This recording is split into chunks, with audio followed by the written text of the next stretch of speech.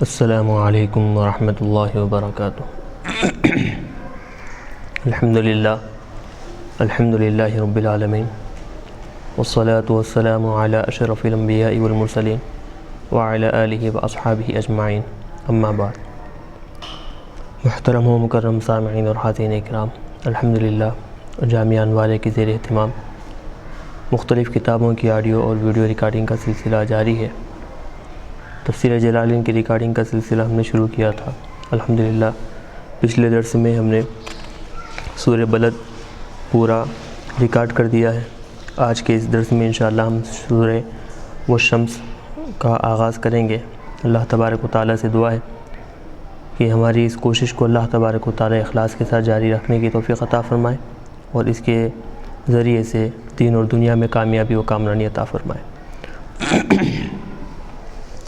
چلیے بسم اللہ الرحمن الرحیم۔ سورۃ والشمس مکیۃ 15 آیۃ۔ سورہ والشمس مکیہ ہے، اس میں کل 15 آیتیں۔ بسم اللہ الرحمن الرحیم، اللہ کے نام سے شروع جو بڑا مہربان نہایت رحم کرنے والا ہے۔ والشمس وضحاہا، اور قسم ہے سورج کی اور اس کی روشنی کی۔ ضحاہا ای ضوئیہا، سورج کی اور اس کی روشنی کی قسم۔ والقمر اذا تلاہا، اور چاند کی قسم اذا تلاہا، جب وہ اس کے پیچھے آئے۔ جب وہ یعنی کہ چاند اس کے پیچھے آئے، یعنی سورج کے پیچھے آئے۔ تو تلا یتلی اصل معنی آتے ہیں کہ ایک کے پیچھے ایک آنا، کسی کے پیچھے لانا۔ اسی سے تلاوت ہے۔ تلاوت میں بھی ہوتا کیا ہے کہ ایک آیت پڑھتے ہی اس کے پیچھے دوسری آیت لاتے ہیں، تو اسی لیے اس کو تلاوت کہا جاتا ہے۔ تو تلا یتلی تبعہا طالعا عند غروبہا، تو اس کے پیچھے آئے۔ کس کے پیچھے؟ ہا ضمیر دیکھیں شمس کی طرف جائے گی، تو سورج کے پیچھے جو آتا ہے۔ تو معاملہ بھی وہی ہوتا ہے کہ جیسے ہی سورج غروب ہو فوری بعد چاند طلوع ہو جاتا ہے۔ طالعا عند غروبہا، طلوع ہو کر سورج کے غروب ہونے کے بعد، یعنی سورج غروب ہوتے ہی فوری طور پر چاند طلوع ہو جاتا ہے۔ تو غروب یعنی ڈوب جانا۔ تو غروب آفتاب کے فوری بعد، سورج کے غروب ہونے کے فوری بعد چاند کا نکل کر آنا، گویا یوں ہوا کہ اس کے پیچھے آ گیا۔ غروب ہوتے ہی فوری اس کے پیچھے چاند نکل کر آیا، یہ معنی ہوں گے۔ والنہار اذا جلاہا، اور دن کی قسم جب وہ جلا یجلی کی معنی آتے ہیں کہ ظاہر کر دینا، ظاہر کر دینا، لوگوں پر کھل کر آ جانا۔ تو والنہار اذا جلاہا، اب یہاں پر دیکھیں کہ جلا میں جو ہوا ضمیر ہے وہ النہار کی طرف جا رہی ہے، اور ہا ضمیر جو ہے یہ الشمس کی طرف۔ تو مطلب یہ کہ دن کی قسم جب وہ دن سورج کو ظاہر کرے۔ کیسے؟ بارتفاعہ، دن بلند ہو کر۔ تو دن بلند ہونا، تو اب یہاں پر معنی یہ بتا رہے ہیں کہ جیسے جیسے دن چڑھتا جائے گا ویسے ویسے سورج کی روشنی بڑھتی چلی جائے گی، سورج کی روشنی لوگوں پر بڑھتی اور ظاہر ہوتی چلی جائے گی۔ تو والنہار اذا جلاہا، اور دن کی قسم جب وہ دن کیا کرے؟ سورج کو ظاہر کر دے اپنے ارتفاع یعنی بلندی کی، یعنی خود بلند ہو کر اس کے روشنی جو سورج کی روشنی ہے اس کو ظاہر کر دے۔ تو بتا رہے ہیں دن سورج کو کیسے ظاہر کرے گا، تو اس میں دراصل بتا رہے ہیں کہ مجازی طور پر کہا گیا ہے۔ اصل دن کو نکالنے والا، سورج کی روشنی کو ظاہر کرنے والا اللہ تعالیٰ ہے، لیکن سورج کی روشنی کا جو اظہار ہے، جو ظاہر ہونا ہے سورج کی روشنی کا، اس کی نسبت جو دن کی طرف کی گئی ہے کہ دن کی وجہ سے سورج کی روشنی ظاہر ہوتی ہے، وہ کھل کر آ جاتا ہے، تو یہ مجازی طور پر استعمال کیا گیا ہے۔ واللیل اذا یغشاہا، اور قسم ہے رات کی جب وہ اس کو چھپا دے۔ غشیہ یغشا، چھپانا، تو مطلب یہ ہوا کہ وہ رات اس سورج کو چھپا دے۔ تو بتانا یہ چاہ رہے ہیں کہ جب رات آتی ہے تو رات دراصل کیا ہے؟ سورج کو چھپا دیتی ہے اپنی تاریکی کے ذریعے سے، اندھیرے کے ذریعے سے کیا ہے وہ سورج کو چھپا دیتی ہے۔ یغشاہا، تو یغشا میں ہوا ضمیر لیل کی طرف، اور ہا ضمیر کیا ہے؟ سورج کی طرف، الشمس کی طرف۔ یغطیہا بظلمتہ، اپنے تاریکی کے ذریعے سے، اپنے اندھیرے کے ذریعے سے کیا ہے وہ سورج کو چھپا دیتی ہے، ڈھانک دیتی ہے۔ اب یہاں پر وَإِذَا فِي الثَّلَاثَةِ لِمُجَرَّدِ الظَّرْفِيَّةِ، تینوں آیتوں میں جو لفظ اذا آیا ہے، والقمر اذا تلاہا والنہار اذا جلاہا واللیل اذا یغشاہا، تو یہ جو اذا آیا ہے بتا رہے ہیں کہ یہاں پر صرف ظرفیت کے لیے، ظرف کو بتانے کے لیے، وقت کو بتانے کے لیے یہاں پر لایا گیا ہے۔ اور یہ عامل جو اذا میں جو عمل کرنے والا ہے وہ کون ہے؟ فعل الخصم، خصم کا جو فعل ہے وہ اس میں عمل کر رہا ہے۔ فعل الخصم مطلب اقسم جو فعل محذوف ہوا کرتا ہے وہ اذا پر عمل کرے گا، تو وہ عامل ہوگا اور اذا اس کا معمول ہوگا۔ تو آگئی بات سمجھ میں؟ تو والقمری میں واو جو قسمیہ ہے اس کے ساتھ جو اقسم فعل محذوف ہے تو اقسم القمر اذا تلاہا یہ معنی ہوں گے۔ تو اقسم فعل عامل ہوگا، اذا تلاہا معمول ہوگا۔ اقسم النہار اذا جلاہا، اقسم فعل عامل ہوگا، اذا جلاہا یہ اس کا معمول بن جائے گا۔ تو بتا رہے ہیں والعامل فیہا، وہ اذا میں عمل کرنے والا جو عامل ہے وہ فعل القسم، فعل قسم، فعل قسم یعنی اقسم فعل۔ والسماء وما بناہا، اور قسم ہے آسمان کی اور اس ذات کی جس نے اس آسمان کو بنایا ہے، وما اور اس ذات کی قسم، بناہا، تو بناہا میں ہوا ضمیر جو راجع ہے، عائد ہے کس کی طرف؟ ما موصول کی طرف، تو جس ذات نے اس کو، ہا ضمیر پھر السماء کی طرف، تو آسمان کی قسم اور اس آسمان کو بنانے والے رب کی قسم۔ والارض وما طحاہا، اور زمین کی قسم اور اس زمین کو، طحا کے معنی پھیلانا، تو زمین کو پھیلانے والے، بسطہا، اس زمین کو پھیلانے والے ذات کی قسم۔ ونفس، اور نفس یعنی بمعنی نفوس، تو یعنی لفظ واحد ہے لیکن جمع کے معنی میں، تو نفسوں کی قسم۔ وما سواہا، اور اس ذات کی قسم جس نے ان نفسوں کو برابر برابر کیا ہے، کس میں برابر کیا ہے؟ فی الخلقتی، تخلیق میں، پیدائش میں۔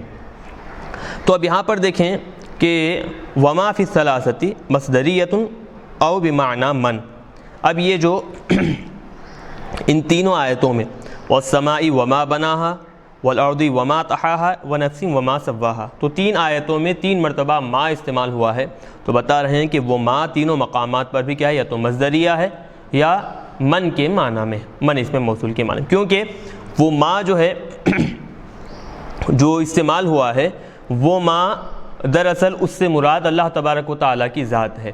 تو جب اللہ تبارک و تعالیٰ کی ذات ہے تو ما غیر ذوی العقول کے لیے آتا ہے اور من ذوی العقول کے لیے آتا ہے، اور مراد ما سے یہاں پر اللہ کی ذات ہے، تو غیر ذوی العقول کے لیے جو استعمال کیا جانے والا لفظ ہے وہ اللہ کے لیے کیسے استعمال کیا جائے گا؟ ایک اعتراض ہوا، ذوی العقول کا استعمال کریں تو یہ پھر بھی مناسب ہے، غیر ذوی العقول کے لیے جو لفظ استعمال کیا جاتا ہے اللہ تبارک و تعالیٰ کی ذات کے لیے وہ لفظ کیسے مناسب ہوگا؟ تو اس کا جواب دیے او بمعنی من، یا نہیں تو یہ ما من کے معنی میں استعمال ہوگا، اور ایسا ما من کے معنی میں بہت سارے مقامات پر استعمال ہوا ہے، ایسا استعمال کرنا جائز بھی ہے۔ تو بہرحال یا تو من یا ما، پہلے ما مصدریہ کے معنی ملیں گے یا نہیں تو من کے معنی ملیں گے، تو کوئی خرابی لازم نہیں آئے گی۔ چلیے آگے بتا رہے ہیں فَأَلْهَمَهَا فُجُورَهَا وَتَقْوَاهَا۔ الہام کے معنی پہلے دیکھ لیں کہ کسی چیز کا دل میں اتر جانا، کوئی چیز دل میں آ جانا، اس کو الہام کہتے ہیں۔ القاء الشیء سے تعبیر کیا جاتا ہے، کوئی چیز کا کیا ہے؟ القاء ہونا، ڈالنا۔ الہام کو بھی الہام اس لیے کہا جاتا ہے کیونکہ وہ اللہ تبارک و تعالیٰ کی طرف سے انسان کے دل میں وہ بات اتاری جاتی ہے، خیال کے طور پر ہو یا پھر کوئی اور ذریعے سے اللہ کی طرف سے وہ بات اس کی طرف اتاری جاتی ہے، دل میں یا پھر ذہن میں اس کے بات ڈالی جاتی ہے، اسی لیے اس کو الہام کہا جاتا ہے۔ تو فَأَلْهَمَهَا فُجُورَهَا وَتَقْوَاهَا، تو پس اللہ تبارک و تعالیٰ نے ان نفسوں کی جو برائی ہے، فجورہا، ان نفسوں کی جو برائی ہے اس کو ظاہر کیا، وتقواہا، اور ان نفسوں کی جو تقوی پرہیزگاری ہے اس کو ظاہر کیا۔ مطلب صرف انسان کے نفسوں کو، نفس سے مراد انسان کی ذات ہے، تو انسان کو ہی برابر نہیں کیا بلکہ انسان کے لیے اچھائی اور برائی کے 2 راستے ظاہر کر دیے ہیں، اس پر کھول کر بیان کر دیے۔ بینا طریقی الخیر والشر، بھلائی اور برائی کے دونوں راستے اللہ تبارک و تعالیٰ نے انسان کو کھول کر بیان کر دی۔ اس سے پہلے بھی یہی مفہوم کا کلام گزرا ہے، آیت کریمہ گزری ہے، تو یہاں پر بھی وہی مطلب کہ صرف انسان کو اللہ تبارک و تعالیٰ نے پیدا نہیں کیا، بلکہ اس کی پیدائش کے ساتھ ساتھ دونوں راستے اللہ نے اس کے سامنے کھول کر رکھ دیے، بھلائی کا اور برائی کا۔ پھر اس کو اختیار دیا کہ جو طریقہ چاہے، جو راستہ چاہے اختیار کر، بھلائی کا طریقہ اختیار کرے گا تو کامیابی، اور برائی کا طریقہ اختیار کرے گا تو گمراہی اور ناکامی اور نامرادی اسے حاصل ہوگی۔ تو بتا رہے ہیں فَأَلْهَمَهَا فُجُورَهَا وَتَقْوَاهَا، انسان کو اس نفس کی اچھائی اور برائی اللہ تبارک و تعالیٰ نے الہام کی، کھول کھول کر بیان کی۔ اچھا، اب یہاں پر بتا رہے ہیں کہ ترتیب کلام میں فجور یعنی کہ فسق و فجور، گناہ کا کام، تقوی پرہیزگاری، یہ تو واضح ہے۔ تو ترتیب کلام میں دیکھیں کہ نیکی کو پہلے لانا چاہیے اور برائی کو بعد میں ذکر کرنا چاہیے، یہ مناسب معلوم ہوتا ہے۔ لیکن یہاں پر کلام الہی میں کیا ہوا ہے دیکھیں، فجورہا پہلے آیا ہے، پہلے گناہ کا تذکرہ، بعد میں پھر تقوی پرہیزگاری کا تذکرہ ہوا ہے۔ تو تقدیم و تاخیر کیوں ہوئی ہے، وجہ کیا ہے، اس کی بتا رہے ہیں۔ وَأَخَّرَ التَّقْوَىٰ رِعَایَةً لِرُؤُوسِ الْآیِ، یہ آیتوں کی جمع آئی ہے، آیتوں کا سرا مطلب اختتام آیت، آغاز سورہ سے لے کر آیت کا جو اختتام جس وزن پر ہو رہا ہے، ضحاہا، جلاہا، تلاہا، طحاہا، سواہا، وہ یہ جو وزن پیچھے سے چلتا آ رہا ہے، تقواہا میں وہ وزن ہے، فجورہا میں وہ وزن نہیں ملتا، وہ وزن جو پیچھے سے چلتا آ رہا ہے، تقواہا میں وہ وزن باقی رہ رہا ہے، فجورہا میں وہ وزن باقی نہیں رہتا بلکہ وزن ٹوٹ جاتا ہے۔ تو جیسے اسی کو بالفاظ دیگر فواصل کا اعتبار کرتے ہوئے جسے دوسرے مقامات پر بھی لایا گیا ہے، تو یہاں پر بھی فواصل جو آیتیں ہیں ان کا اعتبار کرتے ہوئے کیا کیا گیا ہے، یہاں پر تقوی کو بعد میں اور پھر فجورہا کو پہلے ذکر کیا گیا ہے۔ اخر التقویٰ رعایۃ لرؤوس الآی، رؤوس الآی کا مطلب یاد رکھیں کہ فواصل یعنی جہاں پر آیتیں ختم ہو رہی ہیں، آیت کے جہاں پر اختتام ہو رہا ہے وہاں جو لفظ ہے اس کی رعایت کرتے ہوئے۔ چلیے اب دیکھیں، ایک بات یاد رکھیں کہ قسمیں جتنی زیادہ کھائی جاتی ہیں، قسمیں جو کھائی جاتی ہیں جتنی زیادہ کھائیں، وہ دراصل قسمیں کھانے کا مقصد اس کے دو مقصد ہوا کرتے ہیں۔ ایک تو یہ پڑھنے والے کے ذہن میں، پڑھنے والے کا ذہن پورا اس بات کی طرف متوجہ ہو، ذہن میں بات آئے کہ یہ جو قسم کھائی جا رہی ہے، اتنے قسمیں جو کھا رہے ہیں، تو ظاہر سی بات ہے کہ یہ قسمیں کھانا، جب بار بار قسم کھائیں گے تو پڑھنے والے کا ذہن کیا ہوگا، قرآن پاک کی طرف، تلاوت کی طرف متوجہ ہو کر رہے گا کہ پھر قسم آئی، پھر قسم کھائے، قسمیں کھاتے جا رہے ہیں۔ تو توجہ کو ایک طرف قائم رکھنے کے لیے اس طرح بار بار قسمیں کھائی جاتی ہے، ایک یہ معنی ہوئی۔ دوسری طرف یہ کہ جس جواب قسم جو ہوتا ہے، جس چیز کے لیے قسم کھائی جا رہی ہے اس کی اہمیت کو بتانے کے لیے یہ بار بار قسمیں کھائی جاتی ہیں۔ تو جتنی زیادہ قسمیں ہوں گی، جس کے لیے قسم کھائی جا رہی ہے اس کے اہمیت کو بتانے والا سمجھا جائے گا، اس کی اہمیت اس سے واضح ہوگی۔ جب اتنی زیادہ قسمیں کھا کر ایک بات کہی جا رہی ہے تو ظاہر سی بات ہے وہ بات کوئی معمولی نہیں ہوگی، بلکہ جب اتنی قسمیں کھائے ہیں تو وہ بات کوئی اہمیت والی ہوگی، تو اسی لیے تو اتنی زیادہ قسمیں کھائے جا رہے ہیں۔ تو جس کے بارے میں قسمیں کھا رہے ہیں اس کی اہمیت کو بتانے کے لیے زیادہ قسمیں کھائی جاتی ہیں۔ تو بہرحال یہاں پر دونوں چیزوں بھی مد نظر رکھی گئی ہیں۔ تو جب اتنے قسمیں کھائے ہیں تو جواب قسم کیا ہے بتا رہے ہیں، وہ جواب القسم، جواب قسم کیا ہے، قد افلح من دکاہا، یہ اس کا جواب قسم ہے۔ تحقیق کے جو آدمی اپنے نفس کو پاک کر لیا وہ کامیاب اور کامران ہوا۔ قد افلح من زکاہا، جو اپنے نفس کو کامیاب اور پاک کر لیا وہ گویا کامیاب اور کامران ہوا۔ تو اب بتا رہے ہیں قد میں یہ جو چونکہ جواب قسم ہے تو جواب قسم پر عموماً لام داخل کیا جاتا ہے، پھر فا داخل کیا جاتا ہے، تو بتا رہے ہیں حذفت منہ اللام لطول الکلام، کلام میں چونکہ لمبائی ہوگی، طول کلام ہوگا، کلام لمبا ہو جائے گا، تو کلام کو اختصار کے طور پر لانے کے لیے لام خصمیہ جو ہوتا ہے جواب قسم پر جو داخل ہوتا ہے اس کو حذف کر دیا گیا ہے۔ حذفت منہ، جواب قسم سے لام کو حذف کر دیا گیا ہے لطول الکلامی، کلام لمبا ہونے کی وجہ سے۔ من زکاہا، تو معنی کیا ہوں گے، جو اپنے نفس کو پاک کر لیا، طہرہا من الذنوب، گناہوں سے پاک و صاف کیا، تحقیق کہ وہ کامیاب اور کامران ہوا۔ آگے بتا رہے ہیں وقت خواب من دساہا، اور جو اس نفس کو روند دیا، نفس کو چھپا دیا، وہ ناکام اور نامراد ہوا۔ خوابہ خسیرہ یعنی ناکام اور نامراد ہونا، خسارے میں پڑنا، نقصان اٹھانا۔ من دساہا، دسا کے اصل معنی دیکھیں کہ دسا یدسو کے معنی آتے ہیں کوئی چیز کو کسی دوسری چیز میں چھپا دینا، دسا یدسو کے معنی آتے ہیں۔ تو اب اس کی اصل کیا ہے؟ اس کی اصل بتا رہے ہیں کہ دساہا جو لائے ہیں، اصل اس کی دسسا ہے، دسسا یدسس تدسیس باب تفعیل سے ہے۔ تو اس میں کیا کیا گیا؟ تعلیل اس میں کیا ہوئی کہ دوسرا جو سین ہے وہ سین کو الف سے بدلا گیا ہے۔ ایسا عموماً عربی زبان میں کیا جاتا ہے، اور خاص طور پر صرف میں ایسے تعلیلات کی جاتی ہیں، اور بہت سے مقامات پر بھی ایسا دیکھنے میں آتا ہے۔ تو بہرحال اس میں مزید بحث ہے، تو اس کے لیے آپ صرف کی جو بڑی کتاب ہے مراح الارواح، اس میں آپ مضاعف کے بیان میں آپ مطالعہ کریں تو آپ کے علم میں مزید اضافہ ہوگا۔ تو بہرحال یہ دسا اصل میں کیا تھا؟ دسسا تھا، تو تین سین تھے، تو تیسرا جو سین ہے وہ سین کو کیا کیا گیا؟ الف سے بدل کر دساہا پڑھا گیا ہے، دساہا پڑھے ہیں۔ اخفاہا بالمعصیتی، تو بتا رہے ہیں گناہوں کے ذریعے سے اس نفس کو چھپا دینا۔ تو اب گناہوں کے ذریعے سے نفس کو چھپانا مطلب، اب یہاں پر ایک بات یاد رکھیں، ہر نفس کے اندر اللہ تبارک و تعالیٰ نے یہ طاقت اور قوت پیدا کی ہے، فطری طور پر، قدرتی طور پر اللہ نے یہ طاقت پیدا کی ہے ہر نفس کے اندر کہ وہ نیکیاں کرنے کی طاقت اس کے اندر موجود ہو۔ ہر نفس کے اندر اللہ تبارک و تعالیٰ کی طرف سے یہ طاقت رکھی جاتی ہے کہ نیکیاں کرنا اس کے اندر، اس کے پاس اتنی قدرت ہوتی ہے کہ وہ نیکیاں کر سکے اور گناہوں سے باز آ سکے۔ تو نیکیاں کرنے کی جو طاقت اللہ تبارک و تعالیٰ نے ہر نفس کے اندر رکھی ہے، تو اب ہوا یہ، جو نیکیاں کرنے کی طاقت کو استعمال کیا وہ کامیاب ہوا، اور جو نیکیاں کرنے کی طاقت تھی اس کو دبا دیا، اس کو چھپا دیا، اس کو چھپا کر گناہوں کے کام میں ملوث ہوا، گناہوں کے کام کرتا چلا گیا۔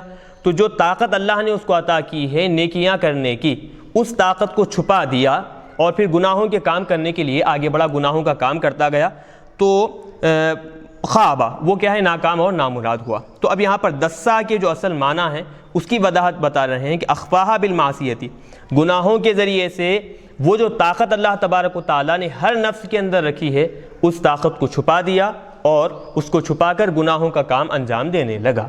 تو یہاں پر یہ معنی اصلہ دسسہا، اصل میں یہ دسا کی اصل کیا تھی؟ دسسہا تھی۔ ابدلت السین الثانیۃ، دوسرا والا جو سین ہے اس کو کیا کیا گیا ہے؟ تخفیف کے طور پر الف سے بدلا گیا، تو دسسا جا کر دسا بن گیا ہے۔ چلیے، تو اب یہاں پر ایک تو یہ قسمیں کھائے، اور پھر قسمیں کھانے کے بعد انسان کو واضح طریقہ بتا دیا گیا کہ جو نفس کی مخالفت کرے گا، گناہوں سے اپنے نفس کو پاک کرے گا، وہ کامیاب اور کامران ہوگا، اور جو نفس کا پجاری بنے گا، اطاعت و فرما برداری کو چھوڑ کر نفس کی پیروی کرتا چلا جائے گا، وہ ناکام اور نامراد ہو جائے گا۔ یہ واضح انجام اللہ تبارک و تعالیٰ نے بتا دیا۔ اب اسی طریقے کو، اسی بات کو، اسی قاعدے کو اللہ تبارک و تعالیٰ ایک مثال کے ذریعے سے ظاہر کر رہا ہے۔ وہ یہ مثال ہے کہ دیکھو قوم سمود اللہ کے احکامات پر عمل کرنے کی بجائے وہ بھی اپنے نفس کے پجاری بنے، نتیجہ کیا ہوا؟ نفس کی پجاری بنتے ہوئے ان کے نفس نے جو جو کام کرنے کا ان کو حکم دیا وہ سارے کے سارے کام کرتے چلے گئے، نتیجہ اللہ کے احکامات کی نافرمانی ہوئی، اللہ کا عذاب ان پر نازل ہوا۔ تو ایک مثال کے ذریعے سے جو قاعدہ اوپر بتایا گیا تھا اس کو ایک مثال کے ذریعے سے بیان کر رہے ہیں۔ وہ ایک واقعہ مختصراً ہے، وہ یہ قوم سمود کا واقعہ۔ چلیے کیا ہے؟ کذبت ثمود بطغواہا، تحقیق کے قوم سمود نے اپنے رسول حضرت صالح علیہ السلام کو جھٹلایا، بطغواہا اپنی سرکشی اور طغیانی کی وجہ سے، یعنی چونکہ وہ قوم سرکشی میں مبتلا تھی، سرکش ہو گئی تھی، تو اس کی وجہ سے انہوں نے اپنے رسول حضرت صالح علیہ السلام کو جھٹلایا، بسبب طغیانہا۔ کب؟ اذ انبعث اشقاہا، تو اس قوم کے، اب دیکھیں اب یہاں پر بطغواہا، اشقاہا، یہ ساری کے جو ضمیریں جو جا رہی ہیں، ہا ضمیریں یہ سمود کی طرف جا رہی ہیں۔ تو اب سمود چونکہ مذکر ہے تو پھر مؤنث کی ضمیر کیسے لوٹا سکتے ہیں؟ تو وہاں پر سمود سے پہلے جماعتن یہ معنی وہاں پر محذوف مانیں گے، یا پھر امتن امتن یا جماعتن، تو کذبت مؤنث سے بھی جو اعتراض ہو سکتا تھا وہ یہاں پر ختم ہو جائے گا، تو جماعت سمودین یا پھر امت سمودین یہ معنی ہوں گے۔ تو ایسی صورت میں ہا ضمیر جماعت یا امت کی طرف، اور اشقاہا میں بھی ہا ضمیر کیا ہے اس کی طرف لوٹ جائے گی۔ چلیے، تو ہوا کیا کہ جب انہوں نے فوری طور پر روانہ کیا، انبعث ینبعث انبعاث، بعث یبعث بھیجنا، انبعث چل پڑنا، دوڑ پڑنا، اسرع اشقاہا اس قوم کے یعنی قوم سمود میں جو سب سے زیادہ شقی تھا، بدبخت تھا، اس کا نام جو بتایا جاتا ہے خدار نام کا جو آدمی تھا، وہ ان سب لوگوں نے مل کر کیا کیا، وہ بدبخت جو تھا سب سے زیادہ اس کو روانہ کیا کدھر، الی عقر الناقۃ برضاہم، اونٹ کو ذبح کرنے کے لیے، ان سب کی رضامندی سے وہ سب متفق ہوئے اور متفق ہو کر اس آدمی کو روانہ کیے۔ تو اب چونکہ سب اس عمل میں متفق تھے، عمل کرنے والا قدار تھا اکیلا، لیکن اس عمل سے خوش ہونے والے سارے کی ساری قوم تھی، تو اسی لیے عذاب جب آیا تو ساری کی ساری قوم پر اللہ تبارک و تعالیٰ کا عذاب آیا۔ عذاب نازل ہونے سے پہلے رسول حضرت صالح علیہ السلام چونکہ اندازہ ہو گیا تھا کہ طریقہ جو ان کے لیے جو قاعدہ مقرر کیا تھا کہ ایک تو پہلے سے ہی قوم سمود نشانی طلب کیے، فلاں چٹان سے آپ نشانی کے طور پر ایک وہ بھی حاملہ اونٹنی نکالیں، تو اللہ تبارک و تعالیٰ نے حاملہ اونٹنی نکالی، لیکن پھر حکم دیا کہ اگر اس کی نافرمانی کریں گے، اس کو ختم کریں گے، غلط ارادے سے اس کے پاس آئیں گے تو اللہ تبارک و تعالیٰ کا عذاب ان پر نازل ہوگا۔ تو ایک تو خود نشانی طلب کی، جب اللہ نے نشانی ان پر ظاہر کی تو پھر اب اس نشانی کو ختم کرنے کے لیے کوشش کرنے لگے۔ کیونکہ طریقہ مقرر کیے تھے کہ پوری قوم جہاں سے پانی پیا کرتی تھی اب وہ پانی کے حصے کو بانٹ دیا گیا، ایک دن ساری کی ساری قوم اور ان کے جانور پانی پئیں گے، اور دوسرے دن صرف وہ جو اونٹنی ہے وہ اونٹنی پانی پیے گی، تو یہ طریقہ مقرر ہوا۔ تو اب دن بدن کیا ہے، چونکہ ایک طرف جانور ہیں اور پورے کے پورے لوگ ہیں، تو ایک دن میں وہ پانی پورا ان کے لیے کافی نہیں ہو رہا تھا، تو انہوں نے ارادہ کیا کہ ایسا کریں گے، ہم اونٹنی کو جب ختم کر دیں گے تو اونٹنی کے دن جو پانی پینے کا جو دن ہے وہ بھی ہمارے حصے میں آ جائے گا۔ تو اس ارادے سے وہ لوگ فوری طور پر آگے بڑھے، قدار کو بھیج کر اونٹنی کو ذبح کروایا۔ فقال لهم رسول اللہ، تو اللہ کے رسول حضرت صالح علیہ السلام نے ان سے بار بار کہا، ناقۃ اللہ، دیکھو یاد رکھو کہ یہ اللہ تبارک و تعالیٰ کی اونٹنی ہے، تو اللہ کی اونٹنی، تو اونٹنی کی نسبت اللہ کی طرف کرنا دراصل اس کی عظمت کو بتانا۔ بہت سی چیزیں کلام اللہ، کعبۃ اللہ، جن چیزوں کی نسبت اللہ کی طرف کرتے ہیں تو گویا ان کی عظمت کو بڑھانا اصل مقصد ہوا کرتا ہے۔ تو ناقۃ اللہ، اللہ کی اونٹنی مطلب اس اونٹنی کی عظمت کو بتانا مقصد ہے۔ تو ناقۃ اللہ جو منصوب ہے، منصوب ہونے کی وجہ کیا ہے، مفعول ہے اور اس کا فعل بتا رہے ہیں، ضروہا مطلب اللہ کی اونٹنی کو تم چھوڑ دو، غلط ارادے سے ہرگز اس کی طرف مائل نہ ہو، اس کو ختم کرنے کا ناپاک ارادہ ہرگز نہ رکھو۔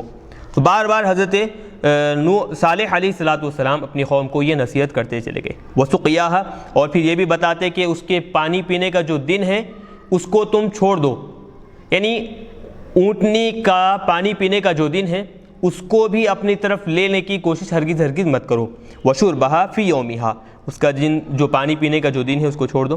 طریقہ کیا تھا، وکان لہا یوم ولہم یوم، اس اونٹنی کے لیے ایک دن مقرر تھا اور ان کے لیے، ان سارے لوگوں کے لیے ایک دن مقرر کیا گیا تھا۔ چنانچہ ہوا کیا، فکذبوہ، وہ سب نے حضرت صالح علیہ السلام کی تکذیب کی، حضرت صالح علیہ السلام کو جھٹلایا ان کے اس قول میں، یعنی انہوں نے تو حکم دیا تھا کہ اللہ کی اونٹنی کی طرف غلط ارادے سے ہرگز مائل نہ ہونا، لیکن انہوں نے جھٹلا دیا، قوم نے جھٹلایا۔ ذالک عن اللہ تعالی المرتب علیہ نزول العذاب بہم ان خالفوہ، تو بہرحال انہوں نے کیا کیا، وہ سب کے سب قوم سمود حضرت صالح علیہ السلام کے حکم کو جھٹلائے۔ اللہ تبارک و تعالیٰ کی طرف سے جو بات آئی تھی، جو کیا حکم تھا کہ ان خالفوہ، اگر وہ لوگ اس پر یعنی اللہ کے حکم کی مخالفت کریں گے، اونٹنی کی طرف غلط ارادے سے آئیں گے، اس کو ختم کرنے کی کوشش کریں گے، نزول العذاب بہم، اس ترتیب پر اگر وہ مخالفت کریں گے، اونٹنی کو ختم کریں گے تو ان پر عذاب الہی نازل ہوگا، یہ جو اللہ کی طرف سے حکم آیا تھا۔ تو اب نتیجہ کیا ہوا، وہ لوگ اونٹنی کو ذبح کیے، اللہ تبارک و تعالیٰ کا عذاب ان پر نازل ہوا۔ فعقروها، چنانچہ ان سب لوگوں نے اس اونٹنی کو ذبح کیا۔ تو عقروها اصل تو ذبح کرنے والا ایک ہی تھا، لیکن اس ذبح سے خوش ہونے والے، راضی ہونے والی وہ ساری کی ساری قوم تھی، تو اسی لیے ذبح کی نسبت پورے قوم کی طرف کر دی گئی ہے، یعنی قتلوها، ان سب لوگوں نے مل کر اس کو ختم کیا۔ کیوں؟ لیسلم لهم ماء شربها، تاکہ اس اونٹنے کا جو پانی پینے کا جو وقت ہے، جو حصہ ہے، وہ بھی کیا ہے، ان کے حوالے ہو جائے، وہ حصہ بھی یہ لوگ لے لیں۔ اسی ارادے سے انہوں نے اونٹنی کو ختم کر دیا۔ نتیجہ اللہ کی نافرمانی کرنے کی وجہ سے فدمدم علیہم ربہم، اللہ تبارک ان کے رب نے ان پر کیا کیا، بالکل برابر کر دیا، یعنی عذاب ان پر فوری طور پر روانہ کیا، بذنبہم، ان کے گناہوں کی وجہ سے، فسواہا، پس اللہ تبارک و تعالیٰ نے ان کو برابر کر دیا، ای الدمدمۃ علیہم، وہ جو اب بتا رہے ہیں کہ وہ جو ہلاکت تھی، وہ ہلاکت ان پر کیا ہے، بالکل برابر ہو گئی، عام ہو گئی، عمہم بہا، وہ ہلاکت ان پر عام ہو گئی۔ عام ہو گئی کا مطلب یہ کہ وہ سارے کے سارے لوگ اس ہلاکت میں شامل ہو گئے، سب کے سب ایک ساتھ ہلاک ہو گئے۔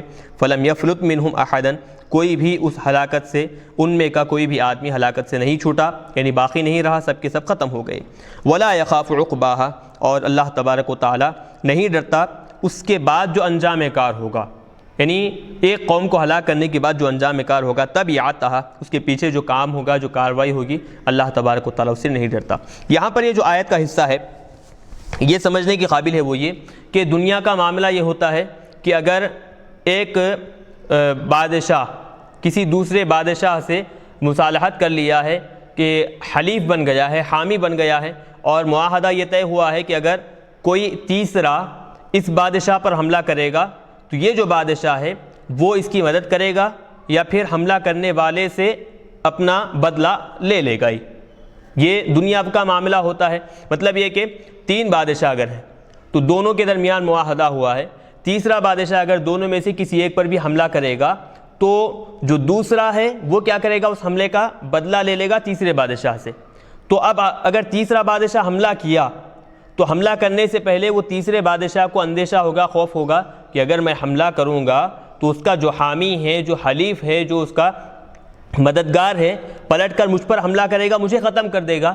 دنیا میں بادشاہوں کا معاملہ یہ ہوتا ہے کہ کوئی بھی بادشاہ کسی پر حملہ کرنے سے پہلے سوچتا ہے کہ اگر میں اس علاقے پر حملہ کروں گا تو کوئی دوسرا جو اس کا حامی ہے، جو حلیف ہے، وہ کیا کرے گا، مجھ پر حملہ کرے گا، تو انجام کار کے اعتبار سے وہ حملہ کرنے سے رک جاتا ہے۔ لیکن یہاں پر اللہ تبارک و تعالیٰ بتا رہے ہیں کہ میں جس کو چاہتا ہوں، قوم سمود ہو یا پھر کوئی دوسری قوم ہو، قوم سمود کو یہاں پر چونکہ تذکرہ چل رہا ہے تو قوم سمود کو میں نے ہلاک کر دیا، لیکن قوم سمود اگر دنیا میں کسی کو اپنا حامی حلیف بنا کر رکھے ہیں تو مجھے اس بات کا خوف نہیں ہے، اندیشہ نہیں ہے کہ قوم سمود کو ہلاک کرنے کی وجہ سے اس کی حامی جو جماعت ہے وہ مجھ پر حملہ کرے گی، مجھے ختم کرے گی، مجھے اس بات کا اندیشہ اور خوف نہیں ہے۔ یعنی انجام کار کی فکر کیے بغیر، اس کا خوف اور اندیشہ کیے بغیر میں قوم سمود کا ہلاک کر دیا ہوں۔ کیوں؟ کیونکہ میں تو مالک الملک ہوں، بادشاہوں کا سب سے بڑا بادشاہ ہوں، تو مجھے کسی قسم کا خوف اور خطرہ نہیں ہے۔ ولا یخاف عقباہا، اللہ تبارک و تعالیٰ اس کے انجام کی، یعنی جب قوم سمود کو ہلاک کیا تو اس کے بعد جو انجام کار ہوگا، اس کے پیچھے جو کاروائی ہوتی چلی جائے گی، تب یاتہا، اس کے پیچھے جو کاروائی ہوتی چلی جائے گی، اس سے اللہ تبارک و تعالیٰ بیان کر رہے ہیں کہ اللہ تبارک و تعالیٰ کو اس کا کوئی خوف اور خطرہ نہیں ہے۔ تو الحمدللہ یہاں پر سورہ والشمس مکمل ہوا۔ اب یہاں سے ہم سورہ واللیل آغاز کر رہے ہیں۔ سورۃ واللیل مکیۃ، سورہ واللیل مکیہ ہے، 21 آیتاً، اس میں کل 21 آیتیں۔ بسم اللہ الرحمن الرحیم۔ چلیے، واللیل اذا یغشا، اور قسم ہے رات کی جب وہ چھا جائے، یغشا جب وہ چھا جائے، بظلمت ہی، اپنے تاریکی کے ذریعے سے، یعنی اپنے اندھیرے کے ذریعے سے جب وہ چھا جائے تو اس وقت اس رات کی قسم کس پر چھا جائے؟ کل ما بین السماء والارض، ہر اس چیز پر جو زمینوں اور آسمانوں کے درمیان، زمین اور آسمان کے درمیان جو جو چیز ہے وہ سب پر رات چھا جاتی ہے۔ تو نتیجہ یہ ہوتا ہے کہ رات آتے ہی وہ ساری چیزیں جو زمین اور آسمان میں ہیں وہ سب کیا ہے، اوجھل ہو جاتے ہیں، چھپ جاتے ہیں، تاریکی میں آ جاتے ہیں۔ والنہار اذا تجلی، اور قسم ہے دن کی جب وہ ظاہر ہو جائے، تکشفا جب وہ ظاہر ہو جائے، وظہرا دونوں کے معنی کھل جائے، ظاہر ہو جائے، یہ معنی کریں گے۔ وَإِذَا فِي الْمَوْضِعَيْنِ لِمُجَرَّدِ الظَّرْفِيَّةِ، دونوں آیتوں میں جو اذا آیا ہے مطلق وہ ظرفیت کے لیے یہاں پر استعمال ہوا ہے، یعنی وقت کو بتانے کے لیے استعمال ہوا ہے. وَالْعَامِلُ فِيهَا فِعْلَ الْقَسْمِ، اور اس اذا میں عمل کرنے والا فعل قسم ہے، جیسے اس سے پہلے بتایا گیا اقسم اللیل اذا یغشا، اقسم النہار اذا تجلی، یہ یہاں پر نکالیں گے. اور ویسے ہی آگے بتا رہے ہیں وما خلق الذکر والانثی، تو اور جس ذات نے مذکر اور مؤنث کو پیدا کیا ہے اس کی قسم. وما، تو اب یہاں پر وہی جیسے اس سے پہلے بھی بتایا گیا ہے کہ ماں یا تو من کے معنی میں ہوگا، چونکہ ماں سے مراد اللہ تبارک و تعالیٰ کی ذات ہے تو من کے معنی میں لیں گے، یا نہیں تو مصدریہ لیں گے تو یہ اعتراض ہی ختم ہو جائے گا. تو بمعنی من او مصدریۃ، یا تو ماں من کے معنی میں ہے یا پھر وہ مصدریہ ہے. وما خلق الذکر والانثی، اور اس ذات کی قسم جس نے مذکر اور مؤنث کو پیدا کیا. تو اب مذکر مؤنث سے مراد کیا تو خاص مذکر مؤنث ہوں گے یا پھر عام ہوں گے؟ تو بتا رہے ہیں آدم و حوا، تو مذکر مؤنث سے مراد کیا ہے؟ آدم و حوا. ایک مذکر سے مراد آدم علیہ السلام اور مؤنث سے مراد حضرت حوا علیہ السلام مراد ہوں گے. ایک یہ خصوصی معنی اگر لیں گے تو عمومی معنی مراد لیں گے تو کل ذکر و کل انثی، ہر مذکر اور ہر مؤنث یہ مراد ہوگا. چلیے اب یہاں سے ایک بات بتا رہے ہیں کہ دنیا میں جو انسان ہیں جنس کے اعتبار سے انسان کی 3 قسمیں بنتی ہیں لوگوں کی طرف نسبت کرتے ہوئے. جنس کے اعتبار سے مذکر، مؤنث، مخنث. جنس کے اعتبار سے انسان 3 حصوں میں بڑھ جاتا ہے. کدھر نسبت کرتے ہوئے؟ انسان کی طرف نسبت کرتے ہوئے. اور وہی نسبت جب اللہ کی طرف کریں گے تو اللہ کی طرف نسبت کرتے ہوئے انسان صرف 2 حصوں میں بڑھ جاتا ہے، یا تو مذکر یا مؤنث. خنثی جو مشکل ہوا کرتا ہے، جس کی علامتیں معلوم نہ ہو کہ بعض اس کے اندر مذکر کی علامتیں ہیں، بعض اس میں کیا ہے مؤنث کی علامتیں ہیں، تو اس کی پہچان جو مشکل ہے یہ کس کے پاس کس کی طرف نسبت کرتے ہوئے؟ انسان کی طرف نسبت کرتے ہوئے کہ خنثی مشکل جسے کہا جاتا ہے کہ جس کی پہچان مشکل ہو، مذکر ہے یہ مؤنث ہے، وہ انسان کی طرف. انسان چونکہ اپنے علم کے اعتبار سے محدود ہے تو اس لیے وہ اس کی طرف نسبت کرتے ہوئے مشکل سمجھا جائے گا. اب رہا اللہ کی طرف نسبت کرنا تو چونکہ اللہ تبارک و تعالیٰ سے کوئی چیز مخفی نہیں ہے، چھپی ہوئی نہیں ہے، تو اللہ کو معلوم ہے کہ وہ خنثی مشکل جو انسان کی طرف نسبت کرتے ہوئے ہے وہ یا تو مذکر میں ہوگا یا پھر مؤنث میں ہوگا. کیونکہ اللہ تبارک و تعالیٰ نے قرآن پاک میں یہ بات واضح کر دی ہے کہ جنس کے اعتبار سے انسان کی صرف 2 قسمیں ہیں. وہ یہ کیا ہے قرآن پاک میں؟ جیسے اس سے پہلے بھی پارے 26 میں جیسے بتایا گیا ہے یَحَبُ لِمَن یَشَاءُ إِنَاثًا وَيَحَبُ لِمَن یَشَاءُ الذُّکُورَ، کہ اللہ تبارک و تعالیٰ جس کو چاہتا ہے مؤنث عطا کرتا ہے یعنی بیٹیاں دیتا ہے، اور جس کو چاہتا ہے اللہ تبارک و تعالیٰ مذکر یعنی بیٹے عطا کرتا ہے. تو جب اولاد دینے کا جب تذکرہ اللہ تبارک و تعالیٰ نے کیا تو مذکر مؤنث دونوں قسموں کو اللہ تبارک و تعالیٰ نے تذکرہ کیا. تیسری جو قسم ہے مخنث، وہاں پر تذکرہ نہیں ہوا. تو معلوم ہوا اللہ کے علم میں صرف 2 قسمیں ہیں، مذکر اور مؤنث. اور جو انسان ہے تو اس کے علم کے اعتبار سے چونکہ اس کا علم محدود ہے تو وہاں پر کیا ہے اس کی 3 قسمیں بنائے جائیں گے، مذکر، مؤنث اور مخنث، جو کہ مشکل میں اس کو شمال کیا جاتا ہے. چلیے اب یہاں پر بتا رہے ہیں والخنثی المشکل عندنا. خنثی مشکل کا مطلب یہ ہوتا ہے کہ ایسا مخنث کے جس کے بارے میں پہچان بالکل مشکل ہو، اس کی علامتیں بالکل دونوں طرف برابر ہو، اس کے اندر مذکر کی بھی علامت ہو اور مؤنث کی بھی علامت ہو. تو اس کے لیے کیا ہے وہ جو مشکل ہے اس کی علامت کو پہچاننا عندنا ہمارے پاس ہے. ذکر او انثی عند اللہ تعالی، اللہ تبارک و تعالیٰ کے پاس اللہ کے علم میں یا تو مذکر میں اس کا شمار ہوگا یا مؤنث میں اس کا شمار ہوگا. اسی لیے ایک فقہی قاعدہ یہاں پر بیان کیا جا رہا ہے. وہ فقہی قاعدہ کیا ہے؟ فقہی قاعدہ یہ ہے کہ اگر کوئی آدمی قسم کھایا کہ میں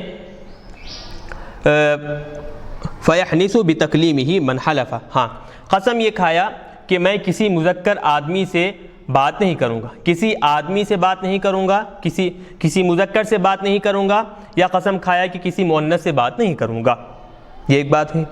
تو اب قسم یہ کھایا کہ میں نہ کسی مرد سے بات کروں گا نہ کسی عورت سے بات کروں گا. تو اب دونوں قسم یہ تھی کہ نہ مرد سے بات کرے گا نہ عورت سے بات کرے گا. اب خنثی سے اگر بات کر لیا، اب چونکہ خنثی مشکل ہے، اس کو نہ مردوں میں شمار کیا جاتا ہے نہ عورت میں شمار کیا جاتا ہے، تو کیا اب خنثی سے اگر بات کر لیا تو اس کی قسم باقی ہے یا پھر ٹوٹ جائے گی؟ تو یہ اصل احتراز ہو. بات سمجھ گئے کہ ایک آدمی قسم کھایا کہ میں نہ مرد سے بات کروں گا نہ عورت سے بات کروں گا. تو اب اگر وہ آدمی خنثی سے بات کیا تو اس کی قسم باقی ہے یا پھر قسم ٹوٹ گئی, یہ معنی ہے. تو بتا رہے ہیں فیحنث, وہ قسم اس کی ٹوٹ جائے گی.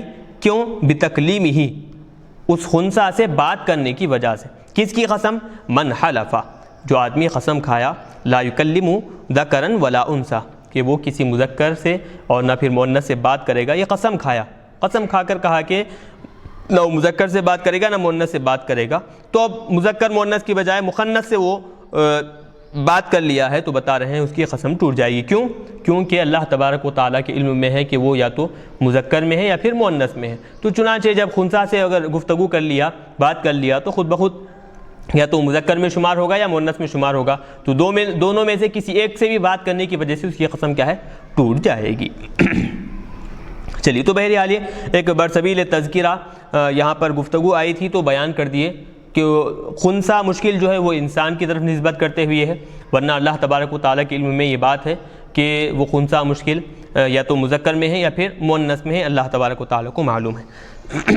تو بہرحال بات اصل مقصد یہ کہ مذکر اور مؤنث کو پیدا کرنے والے کی قسم, پیدا کرنے والی جو ذات ہے اس کی قسم یہاں پر.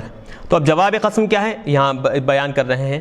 ان سعیکم لشتی, اے لوگو بے شک تمہاری کوششیں, تمہارے کام بالکل مختلف ہیں. لشتی مختلف ہیں. فعامل للجنت بالطاعت, جنت کے لیے تم اطاعت و فرما برداری کے ذریعے سے کام کرو. یعنی جنت حاصل کرنا اگر مقصد ہے تو تم اطاعت و فرما برداری کرو. وعامل للنار بالمعصیت, اگر دوزخ میں داخل ہونا, دوزخ میں جانا اگر تم چاہتے ہو تو نافرمانی اور گناہوں کے کام کر کر تم دوزخ میں داخل ہو جاؤ گے. تو مختلف یعنی بتا رہے ہیں کہ تمہاری کوششیں مختلف ہیں.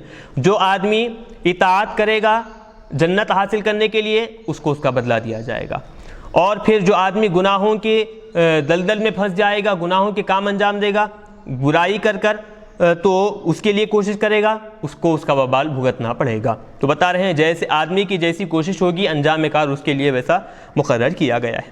فاما من اعطى واتقى, اور اب رہا وہ آدمی جو اللہ تبارک و تعالیٰ کو اس کا حق عطا کیا. اللہ تبارک و تعالیٰ کو اس کا حق عطا کرنا مطلب یہ کہ اللہ کے حقوق دیکھیں اب بہت سارے ہیں اللہ تبارک و تعالیٰ.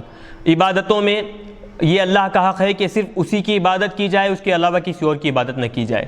اور مال میں یہ کہ اللہ تبارک و تعالیٰ کے نام پر مقرر جو حصہ ہے زکوٰۃ کی شکل میں, صدقہ خیر خیرات کی شکل میں, وہ اللہ تبارک و تعالیٰ کے نام پر دے. تو بہرحال جو آدمی اللہ تبارک و تعالیٰ کے جو حقوق ہیں وہ پورے کے پورے حق ادا کرے, واتقى, اور اللہ تبارک و تعالیٰ سے ڈرتا رہے, وصدق بالحسنى, اور اچھے کلمے کی, بالحسنى ای بالکلمۃ الحسنى, اچھے کلمے کی وہ تصدیق کرے, اس کو مانے, اس کا اقرار کرے, تصدیق کر لے. کیا ہے وہ اچھا کلمہ؟ بلا الہ الا اللہ فی الموضعین. تو حسنہ سے مراد دونوں مقامات پر بھی کیا ہے؟ لا الہ الا اللہ, یہی مراد ہوگا. تو لا الہ الا اللہ کی تصدیق کرے, یعنی تین اعمال, اللہ کے حقوق ادا کرے, اللہ تبارک و تعالیٰ سے ڈرے, اور کلمہ طیبہ لا الہ الا اللہ کی تصدیق کرے. فَسَنُيَسِّرُهُ لِلْيُسْرَى, تو ہم اس کے لیے آسانی فراہم کریں گے. کس کی خاطر؟ جنت میں داخل ہونے کے. لِلْيُسْرَى, جنت میں داخل ہونے. لِلْيُسْرَى, یسر اصل کہتے ہیں آسانی کو.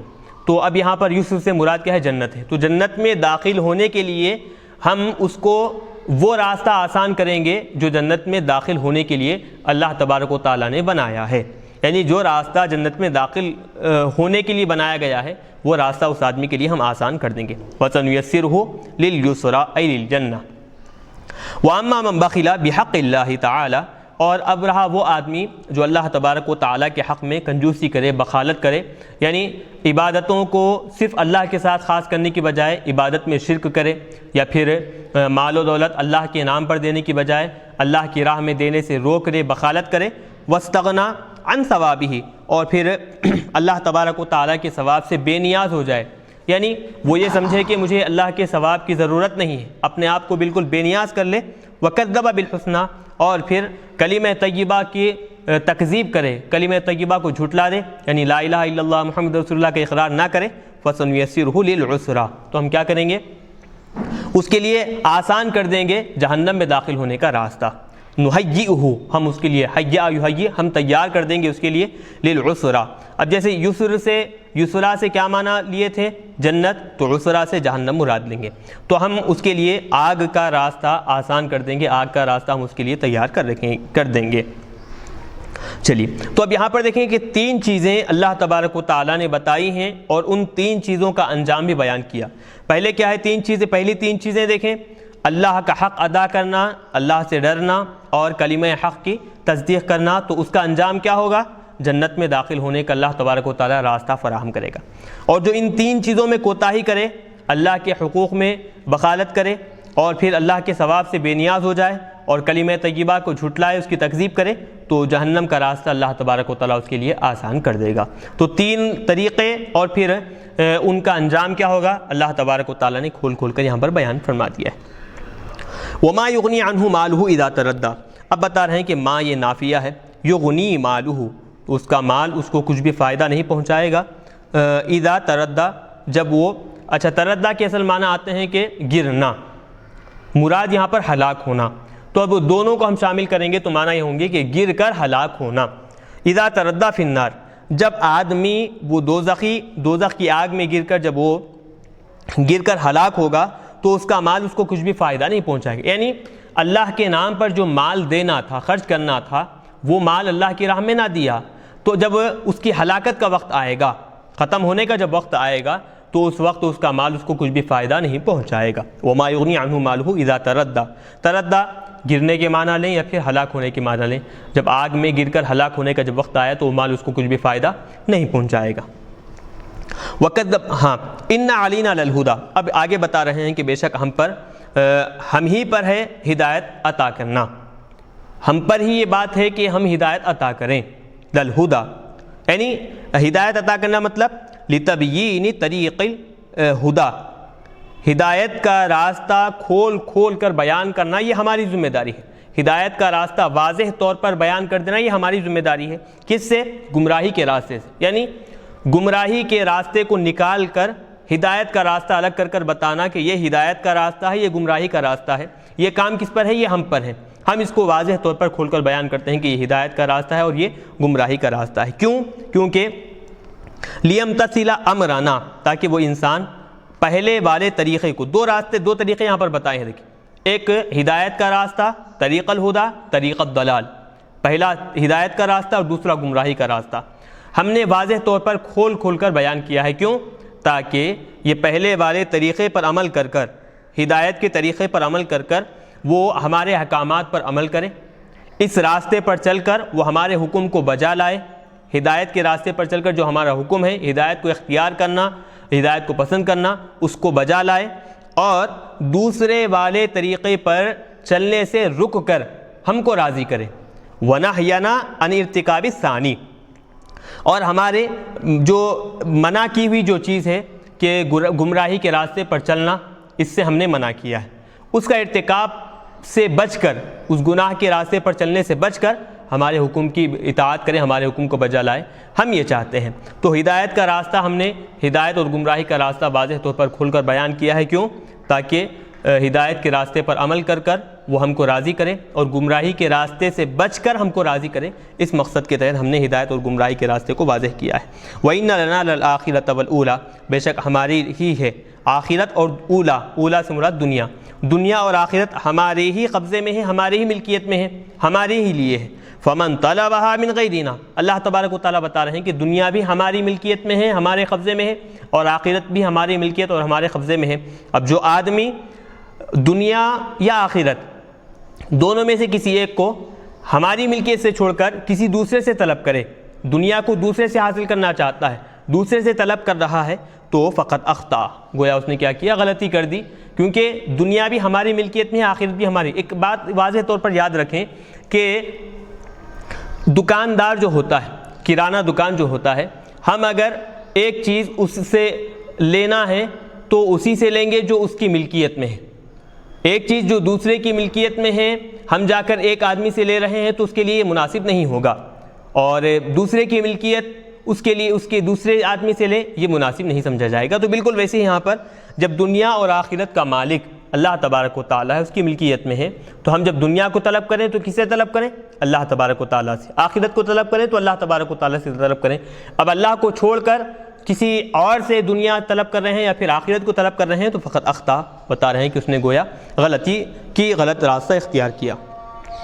فَأَنذَرْتُكُمْ نَارًا تَلَظَّىٰ، اب بتا رہے ہیں کہ میں تم کو ڈراتا ہوں، اے کفار مکہ، خوفتکم یا اہل مکہ، اہل مکہ، اے کفار مکہ، میں تم کو ڈراتا ہوں بھڑکنے والی آگ سے، نارن تلظیٰ، بھڑکنے والی آگ سے، بحذف احدی التائین، یہ کیا ہے؟ اس میں دو تاؤں میں سے ایک کو حذف کر کر یہاں پر اس طرح من الاصلی، اصل سے، یعنی تلظیٰ تھا تو دو میں سے ایک کو حذف کر کر تلظیٰ پڑھا گیا ہے، بھڑکنے والی، شدت والی آگ۔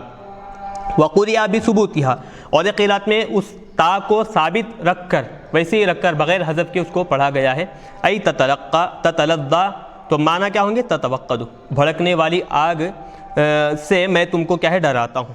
لا یصلاھا، اب بتا رہے ہیں کہ اس آگ میں، یعنی جہنم کی آگ میں داخل نہیں ہوں گے، لا یصلاھا لا يدخلها الا الاشقى، اس آگ میں داخل نہیں ہوں گے مگر صرف اور صرف سب سے زیادہ بدبخت جو لوگ ہیں وہی اس میں داخل ہوں گے۔ تو اشقا سے مراد یہاں پر کافر انسان ہے، تو کافر ہی اس جہنم کی آگ میں داخل ہوں گے، بمعنی الشقی، اشقا شقی مراد ہے، وہ کافر، وہ بدبخت، الذی کذب، کہ جس نے کیا کیا؟ نبی کو جھٹلایا، کذب النبی وتولی عن الایمان، اور ایمان لانے سے پھر گیا، تو ایسا کافر ہی کیا ہے؟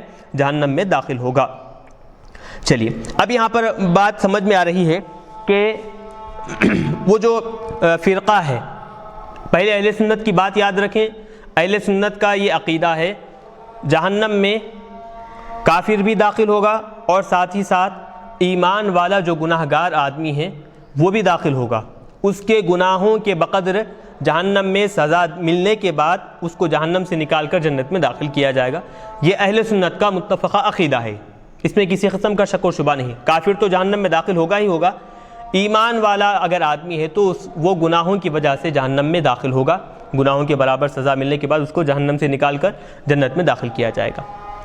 ایک فرقہ ہے، ایک جماعت ہے فرقہ مرجئہ کے نام سے، ان کا یہ عقیدہ ہے کہ وہ یہ کہتے ہیں کہ کافر ہی جہنم میں داخل ہوگا، ایمان والا آدمی کبھی بھی جہنم میں داخل نہیں ہوگا، چاہے وہ ایمان والا آدمی گناہ گار ہی کیوں نہ ہو، گناہ کبیرہ کا مرتکب ہی کیوں نہ ہو، کبھی بھی وہ جہنم میں داخل نہیں ہوگا۔ یہ فرقہ مرجئہ کا عقیدہ ہے، اہل سنت کا عقیدہ ایسا نہیں ہے، بلکہ گناہوں کے برابر جہنم میں اس کو سزا دی جائے گی، پھر اس کے بعد اس کو جنت میں داخل کیا جائے گا۔ تو آیت میں جو بتایا گیا ہے اس جہنم میں صرف اور صرف جو حصر کے ساتھ کلام کو لایا گیا ہے، تو بات یہ سمجھ میں آ رہی ہے کہ صرف اور صرف بدبخت یعنی کافر ہی داخل ہوں گے، کافر کے علاوہ کوئی اور داخل نہیں ہوں گے۔ تو آیت کا مفہوم یہ سمجھ میں آ رہا ہے، فرقہ مرجئہ اس آیت سے استدلال کرتے ہیں کہ دیکھیں قرآن پاک میں خود آیت بتا رہی ہے کہ کافر ہی جہنم میں داخل ہوں گے، کافر کے علاوہ جتنے بھی ایمان والے ہیں چاہے گناہ گار ہو اور گناہوں سے پاک ہو، کوئی بھی جہنم میں داخل نہیں ہوگا۔ یہ یہاں پر معنی معلوم ہو رہے ہیں، اس آیت سے فرقہ مرجئہ استدلال کرتے ہیں۔ اہل سنت اس کے جواب دیتے ہیں کہ لا یصلاھا سے مراد جہنم میں داخل نہیں ہوں گے، مطلب ہمیشہ کے لیے داخل ہونا مراد ہے۔ تو کافر ہمیشہ کے لیے جہنم میں کافر ہی داخل ہوگا، کافر ہمیشہ کے لیے جہنم میں داخل ہوگا، ایمان والا آدمی ہمیشہ کے لیے جہنم میں داخل نہیں ہوگا، بلکہ گناہوں کے بقدر اس کو جب سزا دی جائے گی تو اتنے وقت میں وہ سزا کے وقت میں جہنم میں رہے گا، پھر اس کے بعد وہ جہنم سے نکل کر جنت میں اس کو داخل کیا جائے گا۔ تو اہل سنت یہاں پر جواب دیتے ہیں۔ تو اب یہاں پر آگے والا جو کلام ہے وہ کلام اہل سنت کی طرف سے استدلال کیا جا رہا ہے، وہ دیکھیں وَهَذَا الْحَصْرُ مُؤَوَّلٌ، یہ اہل سنت کی طرف سے استدلال کیا جاتا ہے، یعنی دلیل کے طور پر اہل سنت والجماعت کی طرف سے یہ بات پیش کی جا رہی ہے، وہ یہ کہ یہ جو آیت ہے لا یصلاھا الا الاشقى والی، یہ جو آیت ہے اس میں جو حصر لایا گیا ہے اس کی تعویل کر لی گئی ہے، کس کے ذریعے سے، کس کی وجہ سے؟ اللہ تبارک و تعالیٰ کے جو قول ہے وَيَغْفِرُ مَا دُونَ ذَلِكَ لِمَن يَشَاءُ، شرک کے علاوہ جتنے بھی گناہ ہوں گے اللہ تبارک و تعالیٰ اس کو معاف فرما دے گا۔ تو اب چونکہ گناہوں کی وجہ سے اللہ تبارک و تعالیٰ پکڑ کرتا ہے، گناہوں کی وجہ سے انسان کی پکڑ ہوگی، مواخذہ ہوگا، تبھی تو اللہ تبارک و تعالیٰ انسان کو معاف فرما رہا ہے گناہوں کے کرنے کی وجہ سے۔ اگر گناہوں کی وجہ سے پکڑ نہیں ہوتی تو پھر اللہ تبارک و تعالیٰ معاف کرنا یہ بات سمجھ میں نہیں آتی. تو یہاں پر اہل سنت کی طرف سے استدلال کیا جائے. اور آیت کا مطلب کیا ہے, آیت کا استدلال کیا ہے؟ فَيَكُونُ الْمُرَادُ السَّلِيُّ الْمُعَبَّدُ, ہمیشہ کے لیے داخل ہونا یہ مراد ہے اہل سنت والجماعت کے پاس. تو بہرحال آیت جو اوپر بتائی گئی فرقہ مرجیہ اس سے استدلال کرتے ہیں اور اہل سنت اسی آیت سے تھوڑی سی تعویل کے ساتھ اس کا جواب دے دیتے ہیں. وَسَيُجَنَّبُهَا الْأَتْقَى, تو بہرحال خلاصہ کلام کیا نکلا کہ جہنم میں صرف اور صرف بدبخت لوگ ہی داخل ہوں گے. وَسَيُجَنَّبُهَا الْأَتْقَى, اور متقی اور پرہیزگار جو لوگ ہیں ان کو اس جہنم سے دور رکھا جائے گا. يُبْعَدُ عَنْهَا, جہنم سے ان کو دور رکھا جائے گا. اتقى بمعنى التقی الذي يؤتي ماله يتزكى, جو متقی پرہیزگار جو انسان کے اپنے مال کو اس پاک کرنے کے لیے عطا کرتا ہے, اپنا مال اللہ کی راہ میں دیتا ہے. یتزکا, مال کو پاک کرنے کے لیے. متزکین بہ عند اللہ, اللہ کے پاس اس مال کے ذریعے سے اس مال میں پاکی حاصل کرنے کے لیے جو مال عطا کرتا ہے اللہ کے لیے دیتا ہے, اللہ کو راضی کرنے کے لیے, اللہ کی خوشی کے لیے جو مال دیتا ہے, ایسا متقی پرہیزگار اس جہنم کی آگ سے دور رکھا جائے گا. مقصد صرف اور صرف مال دینے میں اللہ کو راضی کرنا, اللہ کی خوشنودی حاصل کرنا ہو. بِأَن يُخْرِجَهُ لِلَّهِ تَعَالَى لَا رِيَاءَ وَلَا سُمْعَةَ, نہ دکھاوا نہ شہرت مد نظر ہو نہ کوئی اور چیز مد نظر ہو, بلکہ صرف اور صرف اللہ کو راضی کرنے کے لیے جو مال اللہ کے نام پر دیا جاتا ہے. فَيَكُونُ ذَكِيًّا عِندَ اللَّهِ تَعَالَى, اللہ تبارک و تعالیٰ کے پاس وہ آدمی کیا ہے, ذکی سمجھا جاتا ہے اور متقی پرہیزگار سمجھا جاتا ہے, اور مال اللہ کی راہ میں دینے کی وجہ سے انتہائی پاک اور صاف ہو جاتا ہے. چلیے یہ آیت جو لائی گئی ہے بتا رہے ہیں اس کا شان نزول کیا ہے. وَهَذَا نَزَلَ فِي الصِّدِّيقِ رضی اللہ تعالیٰ عنہ, بتا رہے ہیں کہ آیت حضرت ابوبکر صدیق رضی اللہ تعالیٰ عنہ کے بارے میں نازل ہوئی ہے. کب؟ لما اشترى بلالا المعذب على ایمانہ واعتقہ, تو جیسے بات معلوم ہوئی پہلے بھی تاریخ اسلام میں اور پھر سیرت کی کئی کتابوں میں یہ بات لکھی ہوئی ہے کہ کئی غلام جو کافر آقاؤں کے قبضے میں تھے, ملکیت میں تھے, تو ان کو عذاب دیا جاتا. کیوں؟ صرف اور صرف وہ غلام اسلام قبول کرنے کی وجہ سے. تو من جملہ ان غلاموں کے حضرت بلال رضی اللہ تعالیٰ عنہ بھی تھے. تو وہ امیہ بن خلف کی ملکیت میں تھے لیکن اسلام قبول کر لیے تھے, مسلمان ہو گئے تھے. تو وہ مسلمان ہونے کی وجہ سے امیہ بن خلف ان کو بار بار کیا ہے سزا دیتا تھا, بار بار ان کو, جیسے لمبی گفتگو لمبی ہوگی لیکن جیسے تاریخ میں بتایا گیا ہے کہ گرم دھوپ میں گرم ریت پر کپڑے اتار کر ڈال دینا اور سینے پر بڑا وزنی پتھر رکھنا. تو بہرحال یہ ساری چیزیں اس طرح کے سزا اور عذاب ان کو دی جاتی تھی. وجہ صرف اور صرف یہ ایمان قبول کر لیے. حضور پاک علیہ الصلوۃ والسلام کو یہ بات انتہائی ناگوار گزری. حضرت ابوبکر صدیق رضی اللہ تعالیٰ عنہ کے سامنے یہ تذکرہ کیے. حضرت ابوبکر امیہ بن خلف کے پاس گئے اور حضرت بلال کو خرید کر آپ نے کیا ہے آزاد کر دیا. تو اب بتا رہے ہیں لما اشترى بلالا المعذب على ایمانہ, اللہ کی ذات پر ایمان لانے کی وجہ سے ان کو عذاب دیا جا رہا تھا, تو آپ نے امیہ بن خلف سے وہ غلام خریدا. واعتقہ, اور کیا ہے آپ نے حضرت بلال کو آزاد کر دیا. تو کافر اب حضرت ابوبکر صدیق رضی اللہ عنہ کو کہنے لگے کہ بلال حضرت ابوبکر کے ساتھ کوئی نیکی کیے تھے, کوئی اچھا کام بھلائی کا کام حضرت ابوبکر کے ساتھ کیے تھے, تو اس نیکی کے بدلے میں ابوبکر کیا کیے ہیں, بلال کو آزاد کیے ہیں. کافر یہ تانا دینے لگے. حقیقت میں کیا تھا, اللہ اور اس کے رسول کو راضی کرنے کے لیے حضرت ابوبکر حضرت بلال کو خرید کر آزاد کر دیے تھے. تو اس کا جواب دیتے ہوئے اللہ تبارک و تعالیٰ نے کہا ہے کہ التی یؤتی مالہ یتزکا, وہ کیا کرتا ہے اپنا مال صرف اور صرف اللہ کو راضی کرنے کے لیے دیتا ہے. فقال الکفار, کافروں نے کہا انما فعل ذلك لیدن کانت لہ عندہ, تو حضرت ابوبکر صدیق رضی اللہ تعالیٰ نے یہ کام انجام دیا. کیوں؟ لیدن, یدن سے مراد یہاں پر بھلائی کا کام, نیکی, یہ مراد ہے. تو حضرت بلال کسی وقت حضرت ابوبکر کے کام آئے تھے, ان کے ساتھ کوئی اچھا کام کیے تھے جو بطور احسان کے حضرت ابوبکر پر تھا, تو وہ احسان کو چکانے کے لیے حضرت ابوبکر حضرت بلال کو خرید کر آزاد کیے ہیں. تو فنظر, اس کے رد میں آیت کریمہ نازل ہوئی وما لأحد عنده من نعمت تجزا, اور کسی کے لیے اللہ کے پاس کسی کے ذریعے سے یا پھر کسی کے طفیل سے, چاہے حضرت بلال ہو یا پھر حضرت بلال کے علاوہ کوئی اور ہو, اللہ کے پاس کسی دوسرے کے لیے دی جانے والی نعمت پر بدلہ نہیں دیا جاتا. وما لأحد عنده من نعمت تجزا, تو وما تجزا یہ معنی مطلب یہ کہ اللہ کی رضامندی اور اللہ کی خوشنودی کو چھوڑ کر کسی دوسرے کی خاطر ریاکاری، شہرت، سماعت وغیرہ یہ دوسرے مقصد کے تحت جب مال دیا جاتا ہے تو اس پر بدلہ نہیں دیا جاتا۔ وَمَا لِأَحَدٍ کسی ایک کے لیے بھی اللہ کے پاس من نعمت تجزا کسی نعمت کا بدلہ نہیں دیا جائے گا۔ ہاں کب دیا جائے گا؟ الا کب دیا جائے گا؟ مگر لیکن فعل ذلك ابتغاء وجہ ربہ الاعلیٰ، اس کا رب جو سب سے بلند و بالا ہے اس کی رضامندی، اس کی خوشنودی کی خاطر اگر وہ مال دیا ہے، ای طلب ثواب اللہ، اللہ کے ثواب کو طلب کرتے ہوئے وہ مال اللہ کی راہ میں دیا ہے، غلام کو آزاد کر کر یا پھر اللہ کی راہ میں دے کر، تو فَلَسَوْفَ يَرْضَىٰ تو اللہ تبارک و تعالیٰ عنہ قریب اس سے راضی ہوگا، یا پھر وہ اللہ تبارک و تعالیٰ سے راضی ہوگا کس سے؟ بِمَا يُعْطَاهُ اللہ تبارک و تعالیٰ اس کو جو عطا کرے گا ثواب جنت میں بدلے کے طور پر، جو نیکی اللہ کی راہ میں کیا ہے، اللہ کے نام پر جو غلام کو آزاد کیا ہے، نیکیاں کیا ہے، بدلوں کے طور پر اللہ تبارک و تعالیٰ کیا کرے گا؟ ثواب جو عطا کرے گا، تو بندہ اس ثواب سے خوش ہوگا۔ اور آخری میں آیت کا حصہ جو بتا رہے ہیں، جو آدمی اللہ تبارک و تعالیٰ کی خوشنودی کی خاطر اس طرح عمل کرے گا اس کو بھی آخرت میں ویسے ثواب دیا جائے گا۔ والآیت تشتمل من فعل مثل فعلہ حضرت ابوبکر کی طرح جو بھی کام کرے گا تو اس کے لیے بھی وہی ثواب ہوگا، ویسے ہی ثواب ہوگا جیسے ابوبکر صدیق رضی اللہ عنہ کو ثواب ہے۔ کیا ہے وہ؟